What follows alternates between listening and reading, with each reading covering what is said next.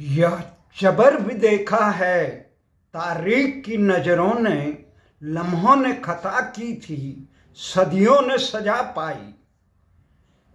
कैराना उत्तर प्रदेश के शायर मुजफ्फर इस्लाम रजवी ने ये चंद लाइनों में बहुत सटीक वर्णन है। लम्हों ने खता की थी, सदियों ने सजा पाई। भारतीय इतिहास में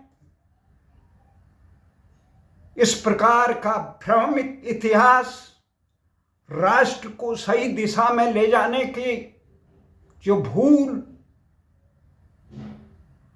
देश के हुक्मरानों ने 1947 में की, फिरंगी आजादी से मुक्त होने के बाद उसका खमियाजा गलत इतिहास, दिशाहीन इतिहास और देश के नौनिहालों को सही पाठ न पढ़ाने का, राष्ट्रवाद का पाठ न पढ़ाने का, देश को उज्जवल भविष्य की ओर ले जाने का पाठ न पढ़ाने का और सही उनके दिशा निर्देश न होने के कारण आज देश के युवा जो विस्पान किया गया, इस इतिहास को भ्रमित करके, आक्रांताओं को महिमा मंडित करके राष्ट्र के गौरव, राष्ट्र के सपूतों को अपमानित करने का काम वर्तमान में किया जा रहा है।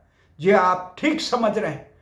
हम बात कर रहे हैं आक्रांता बाबर की, हम बात कर रहे हैं अत्याचारी शासक औरंगजेब की, हम बात कर रहे हैं राणा सांगा की, जिन्होंने देश के लिए, देश की आन मान शान के लिए विदेशी आक्रांताओं से लड़ने का काम किया। सही इतिहास न पढ़ने के कारण आज जो देश में की संसद में इस प्रकार से देश के सपूतों को अपमानित करने का काम एक दिशाहीन सांसद ने किया, उसके बाद उसी की गलती को देश के तमाम खबरिया चैनलों से लेकर अनेक तथा कथित लोग बड़ी मजबूती से दुनिया के सामने रख रहे हैं। सच्चाई क्या है, किसने किसको बुलाया, किसने किसको नहीं बुलाया, पर एक बात स्पष्ट होनी चाहिए थी। देश के हुक्मरानों ने देश की भावी पीढ़ी को देश के एक सच्चाई और एक सही मार्गदर्शन देना चाहिए था। राष्ट्र किस दिशा में जाना चाहिए था, राष्ट्र को गौरवान्वित महसूस करने के लिए, राष्ट्र में जो हुई पिछली भूलों को भावी पीढ़ियां उसको ना अपनाए, उस भूलों से सबक ले, राष्ट्र के नौनिहालों को एक सही इतिहास पढ़ाना चाहिए था, गौरवान्वित इतिहास पढ़ाना चाहिए था, एक आदर्श सामने रखना चाहिए था, राष्ट्र को मजबूत बनाने का, खुशहाल बनाने का, मानवता के लिए समर्पित होने का इतिहास सिखाना। पर इतिहास सिखाने के बजाय दलीय हितों को, अपने निहित स्वार्थों को, अपनी संकीर्ण बुद्धि के कारण, अपनी नासमझी के कारण देश को इस प्रकार से विस्मरण कर लिया गया। देश के इतिहास के नाम पर देश की नई पीढ़ी को विस्पान कराया गया। ये केवल अकबर या आक्रांता, विदेशी आक्रांताओं को, ये पहला देश होगा संसार का जो विदेशी आक्रांताओं को महिमा मंडित करता है, जो अत्याचारी शासकों को आदर्श की तरफ समाज का एक बड़ा वर्ग आत्मसात करता है। यहां देश के विभाजन की त्रासदी के बाद भी देश को कैसे रक्षा की जाए वो सबक नहीं सीखा। अंध तुष्टिकरण में लिप्त राजनीतिक दल केवल अपनी कुर्सी के लिए देश के ताना बाना को, संस्कृति को, देश की विचारधारा को, देश के भविष्य को दाव में लगाने का काम कर।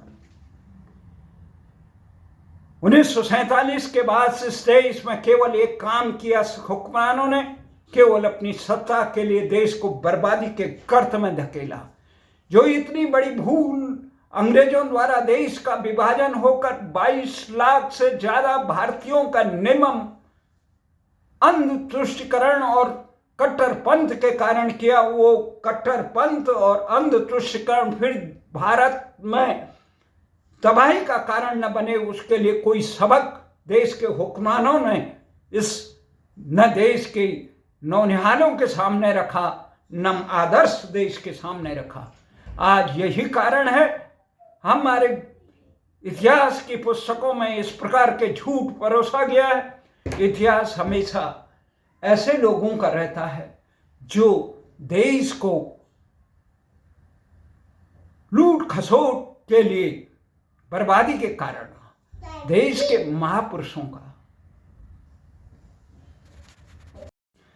बाबर को किसने देश में आक्रमण के लिए बुलाया, विदेशी आक्रांता, इसके बारे में भविष्य का एक निर्धारण होना चाहिए था। बाबर को देश में बुलाने के लिए इब्राहिम लोदी के चचेरे भाई दौलत खान के निमंत्रण पर भारत आए, पर यहां इब्राहिम लोदी यहां दिल्ली में, यहां देश भारत में आने के बाद बाबर ने भारत में अन्य विदेशी आक्रांताओं की तरह लूट के बाहर न जाकर भारत में रहने का काम किया। 1527 में उसने राणा सांगा के साथ 17 मार्च 1527 में खानवा के युद्ध में राणा सांगा के बीच में लड़ा। इस युद्ध के बाद राणा सांगा इस देश पे बाबर काबिज हो गया। उसने इब्राहिम लोदी से लेकर तमाम लोगों से युद्ध जीतकर इस देश में अपनी सल्तनत कायम की। राणा सांगा से लेकर वहां बाबरनामा में बाबर ये लिखते हैं कि मुझे राणा सांगा ने भी आमंत्रण किया था। एक आदमी, उनसे मालूम था देश में मजबूत जो शासक है राणा सांगा है, उसको बदनाम करने के लिए काम कर सकता है, क्योंकि जिस proकार से उसने राणा सांगा की विशाल सेना को परास्त करने के लिए उनके साथ उसके राजपूत और अफगानी गठबंधन की सेना, जब बाबर ने देखा कि उनसे बहुत मजबूत है, तो उसने इस्लाम का कार्ड खेला। उसने कहा ये जिहादी है, मैं गाजी हूं, इस्लाम का योद्धा, खुद को जिहादी, और इस युद्ध को उसने जिहाद की संज्ञा दी, काफिरों के खिलाफ लड़ने की बात की। और जिस प्रकार से उसने इस युद्ध में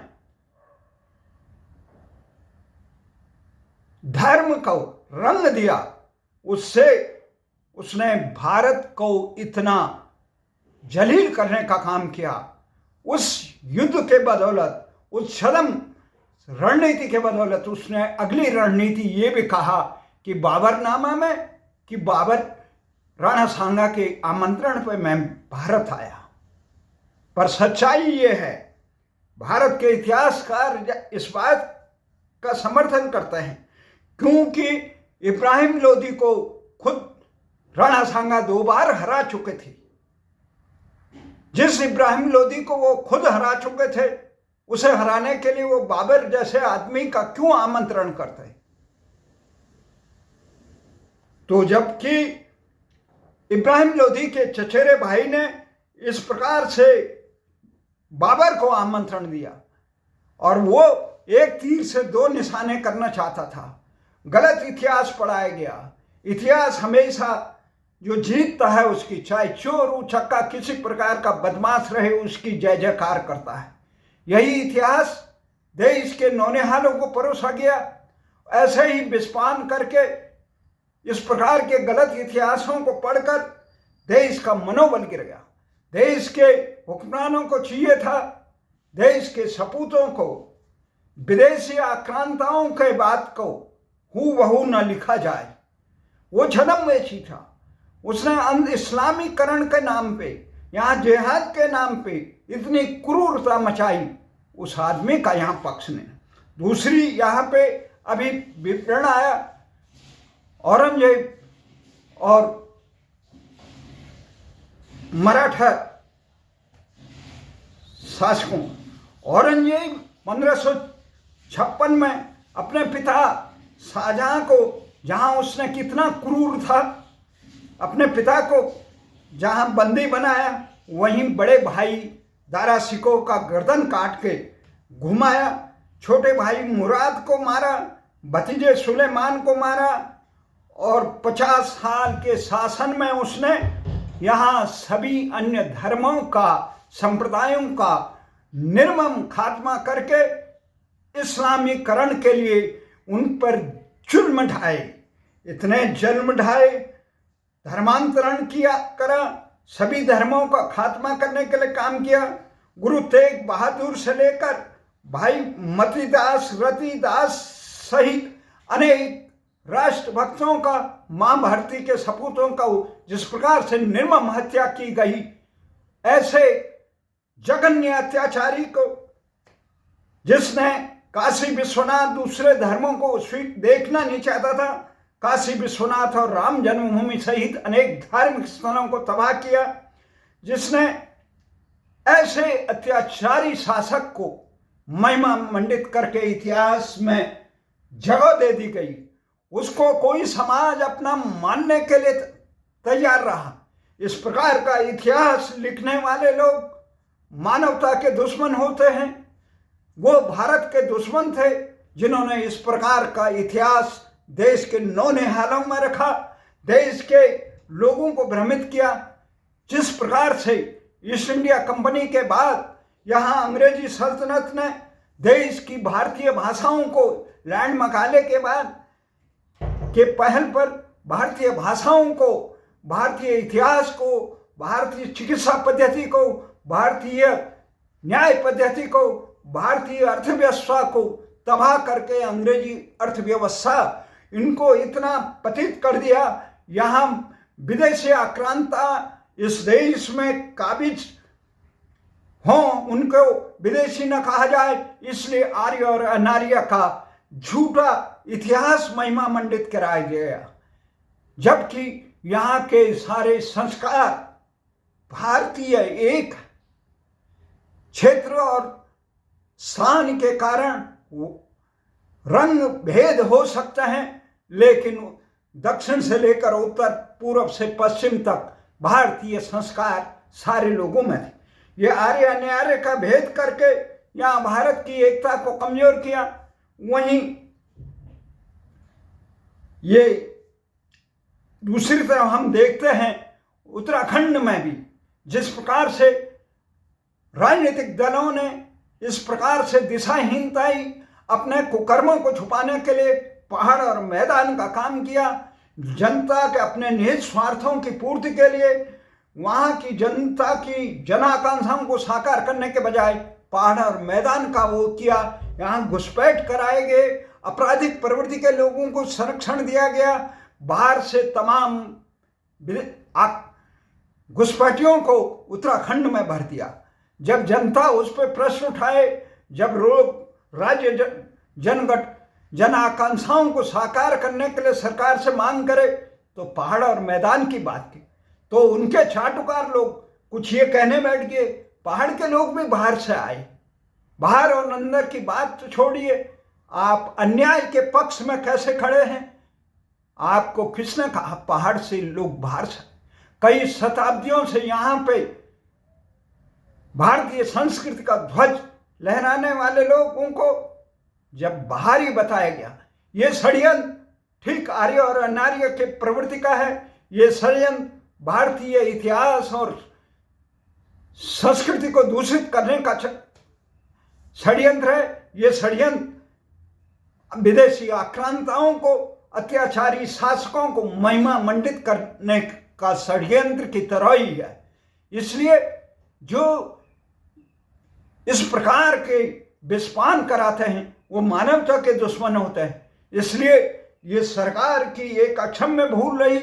सरकार केवल कुर्सी के लिए, चुनाव जीतने के लिए तमाम अंध तुष्टिकरण और सारी अपनी योजनाएं लगाते हैं। राष्ट्र का निर्माण कैसे हो, ये चीन, रूस और इजराइल की तरह, अमेरिका की तरह इस दिशा में काम नहीं किया जाता है। राष्ट्र की नींव मजबूत तभी होगी जब उनके बच्चों को गौरवान्वित इतिहास पढ़ाया जाएगा।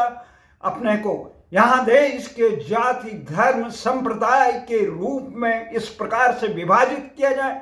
यहाँ देश की प्रतिभाओं को सम्मान करने के बजाय यहाँ जाति, वर्ग और संप्रदाय, क्षेत्र की लड़ाइयों में पथभ्रष्ट किया जाता है। यहाँ के हुक्मरानों का केवल एक ही लक्ष्य है, चुनाव कैसे जीता जाए। समाज की जनता, आज देश के अधिकांश जनता के पास 1947 के बाद 75-78 साल बीत गए, आज भी हम भारत के नागरिक को भारतीय नागरिक नहीं बता पाए। हम जातियों के विभक्त कर दिया, हम उन्हें संप्रदायों में विभक्त कर दिया, हम क्षेत्रवाद में विभक्त कर दिया। आज हमें राष्ट्र की एक संविधान से, देश एक सांस्कृतिक विरासत से मजबूत होता है। देश एक युगों से चल रही भारतीय संस्कृति, देश की एकता और अखंडता की मेरुदंड है।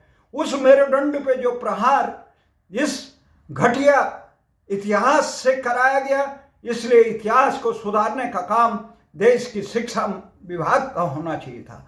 शिक्षा नीति इस प्रकार से हो, इस प्रकार से विश्वमन जो किया गया, राष्ट्र को उसको बिल्कुल साफ करना चाहिए। ये एक अपराध माना जाए, राष्ट्रद्रोह माना जाए। विदेशी आक्रांताओं को, अत्याचारी शासकों को महिमा मंडित करने वाले और उनको गौरवान्वित करने वालों को राष्ट्र की उन मुख्य धारा से हटा देनी चाहिए। उनके सारी संपत्तियां जब्त होनी चाहिए। उनको मतदान का अधिकार से लेकर सारी सुविधाओं से वंचित करके उन्हें आजीवन कारावास की सजा होनी चाहिए। जो राष्ट्र के गौरव के साथ अपमानित करने का काम करते हैं, ये पीढ़ियों को दर पीढ़ियां राष्ट्र की नींव में मट्ठा डालने का काम करते हैं। जिस प्रकार से उत्तराखंड में गलत विचारों को पढ़ाया गया, उत्तराखंड में एक पहाड़ी और मैदानी की हवा देने वाले संसद में उत्तराखंड के लोगों की, उत्तराखंडीयत को अपमानित करने का काम करने वाले मंत्री को अंकुश न लगाने का काम किया। भले ही पद से हटा दिया, परंतु अराजकता का ये है, उसको सपोर्ट करने वाले, उसका समर्थन करने वाले, उसके कहे हुए वक्तव्यों को समर्थन करने वाले मंत्री, अन्य मंत्री, सुबोध उनियाल से लेकर विधानसभा अध्यक्ष रितु खंडूड़ी से लेकर भाजपा के वर्तमान अध्यक्ष, प्रदेश अध्यक्ष महेंद्र भट्ट, इन पर कोई अंकुश नहीं लगाया। वो अंकुश नहीं लगाया उन पे जो अंकिता भंडारी के प्रकरण, जो न्याय की बात करेगा उस पर नाना प्रकार के कार्रवाइयां की जा रही हैं। युवाओं ने न्याय की बात की, अन्याय के खिलाफ आवाज उठाई, उनको जेलों में बंद कर दिया। ये किस प्रकार की फितरत है? ये सरकारें चाहे भाजपा की हो या कांग्रेस की हो, ये राजनीतिक दल अलग हो सकते हैं, पर इनका उद्देश्य भारत के निर्माण का होना चाहिए। राष्ट्र निर्माण से अतिरिक्त ये केवल अपने महिमा मंडित करते हैं। जो केवल अपने महिमा मंडित, अपनी कुर्सी के लिए होते हैं, वो राष्ट्र के बहुत बड़े दुश्मन हैं। हम तो सहनौ भवन्तु की बात करते हैं, सर्वे भवन्तु सुखिनः, सर्वे सन्तु निरामया, सर्वभद्राणि पश्यन्तु मा कश्चित् दुःखभाग् भवेत्। इस प्रकार के विचार रहने राष्ट्र आगे बढ़ता है। परंतु ये व्यक्तिवादी सोच, ये केवल अपनी कुर्सी की सोच, अपने परिवार की सोच, अपने अन्य कुर्सी को अक्षुण्ण रखने के लिए देश में अंध तुष्टीकरण थोपना, जातिवाद का जगोना, जहर बोलना, अंध तुष्टीकरण करके गलत इतिहास का देश के लोगों को पढ़ना। इस इतिहास को जिस प्रकार से अंग्रेजों ने भारत के 2 टुकड़े किए, 22 लाख से ज्यादा लोगों को पाकिस्तान बनाने में, बांग्लादेश बनाने में निर्ममता से हत्या कर दी गई। आखिर उनका क्या दोष था? वो भारतीय थे। इस प्रकार से जो लोग देश में घुसपैठ करके राष्ट्रांतरण करना चाहते हैं उन पर अंकुश कौन लगाएगा? केवल अंकुश ये नहीं कि ये दल बंगाल का, जिस प्रकार से गृह मंत्री संसद में कह रहे थे, बंगाल की जो सरकार है ममता, ये घुसपैठियों को घुसने देती है। आखिर आपके पास धारा 356 का प्रयोग क्यों नहीं किया? ऐसी सरकार जो राष्ट्र की एकता के लिए खतरा बन चुकी हो, उसको बर्खास्त करने का दायित्व भी केंद्र सरकार का है। ऐसे सरकारी अपने संवैधानिक दायित्वों का निर्वाह करना चाहिए सरकार को, न केवल राजनीतिक रोटियां सेकना चाहिए। ऐसी समय जब देश इतने बड़े खतरों से घिरा हुआ है, चारों तरफ देश में खतरा मंडरा रहा है, एक तरफ चीन, एक तरफ पाकिस्तान, एक तरफ बांग्लादेश, एक तरफ अमेरिका में इससे पहले जो बाइडेन की सरकारें थी, उसका डोनाल्ड लू पाकिस्तान, बांग्लादेश में सत्ता पलटने के बाद भारत में भी अंकुश लगाना चाहता था। इस प्रकार विदेशी ताकतें देश को तहस नहस करना चाहती, अपने मापदंड रखना चाहती। भारत को चाहिए, जिस प्रकार से अमेरिका के डोनाल्ड ट्रंप कह रहे हैं अमेरिका ग्रेट, उस प्रकार मोदी को भी कहना चाहिए, मोदी सरकार को भी कहना चाहिए, देश के हर राजनीतिक दल को कहना चाहिए भारत महान है।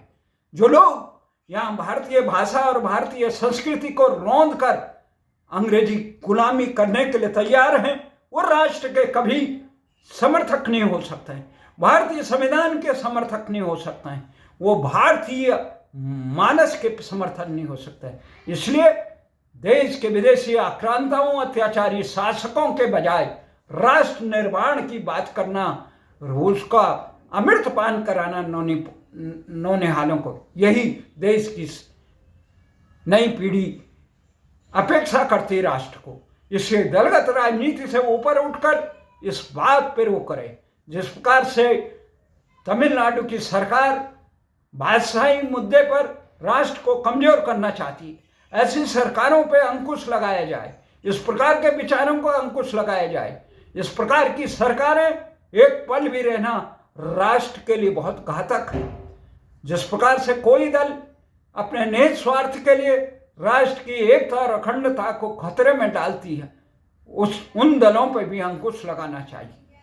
यहाँ राष्ट्र सर्वोपरि होना चाहिए। ऐसे व्यक्ति भारत को 1947 से विभाजनकारी त्रासदियों ही दे सकते हैं, दंश दे सकते हैं। ये लोग राष्ट्र का निर्माण नहीं कर सकते। राष्ट्र का निर्माण करने के लिए विदेशी आक्रांताओं को, अत्याचारी शासकों को महिमा मंडित करने वाले इतिहास को उठा के कूड़ेदान में फेंक देना चाहिए।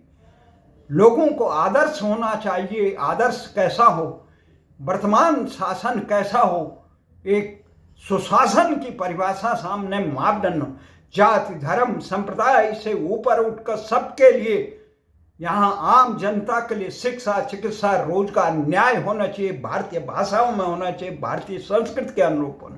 जो America, Donald Trump America grade के लिए काम कर सकता है, भारत मजबूती के लिए काम करने में जिन राजनीतिक दलों को शर्म आ रही है, उन राजनीतिक दलों पर प्रतिबंध लग जाना चाहिए। जय हिंद, जय भारत।